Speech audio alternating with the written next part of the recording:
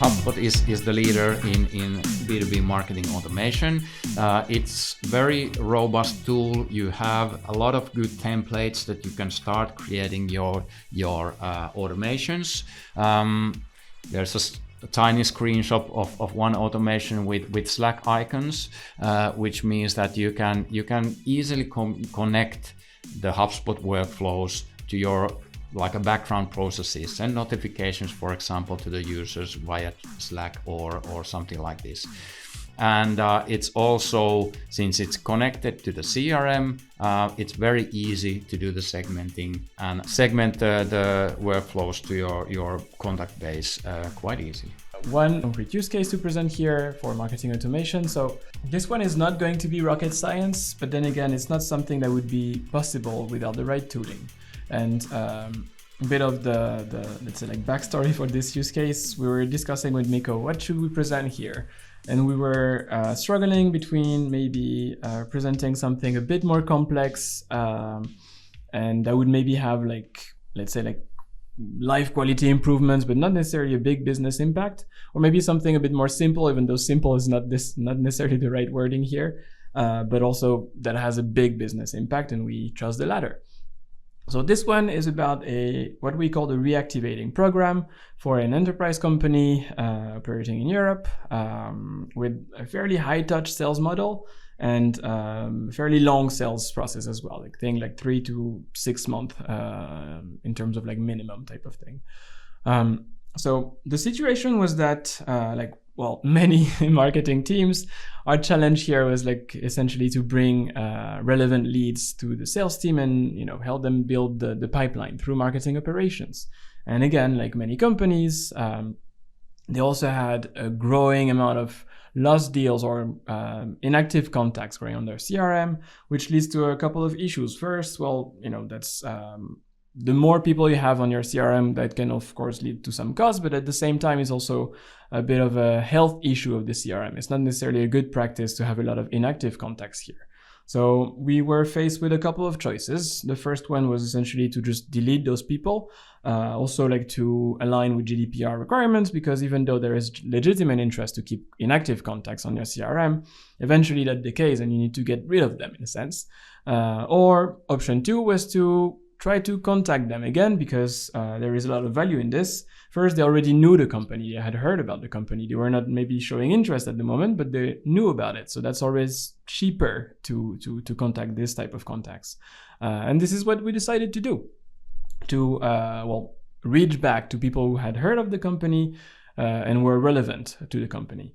So to make a long story short, what we did is that we built a nurturing program for this audience.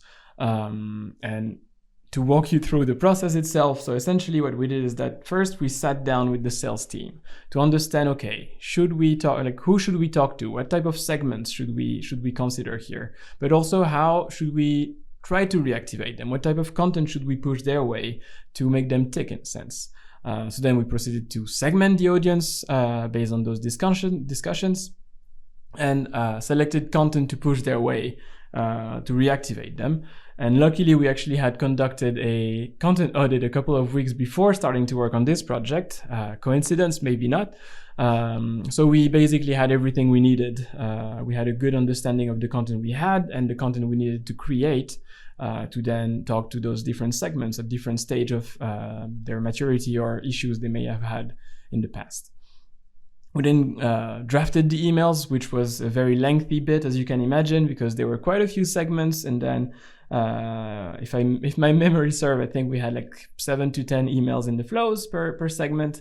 We then crafted the nurturing workflows on HubSpot, pressed live and waited. So as I said earlier, the sales process was quite lengthy, so nothing happened necessarily in the first couple of weeks or even the first couple of months. So now the numbers you see on the screen are basically the state of the program a year after we started it. So 15 contacts reactivated. In the grand scheme of things, maybe that doesn't look like that many in a sense, but consider that this program essentially was running on its own. So we considered that a success. It was about 1% of those contacts reactivating from, again, people who were inactive to begin with. And that led to conversations that led to over 3 million in new pipeline generation and over 200,000 euros in closed won revenue within a year from this reactivation program. So what I want you to take home from this, again, as I said, it is not rocket science, but it works. And the thing is that HubSpot creates the conditions for you to work with data pools that you can trust over different functions. So over marketing, sales, customer success, or whoever else is involved, of course, in your HubSpot data. What we tried to do here is that, of course, we tried to provide value at each touch point. And this was extremely important, especially because those people were inactive and not showing interest anymore in the company. So what we did is that we carefully selected the content, and we also used HubSpot's personalization features to ensure that each touch point also was as personalized as possible to meet the let's say the interest of whoever was in front of it.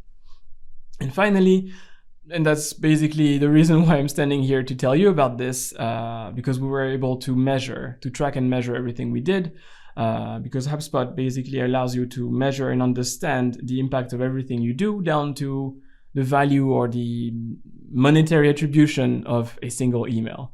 And that, for instance, told us that at different stages of the nurturing flow, specific emails were maybe underperforming, so we updated them, and some were overperforming, so we definitely let them run.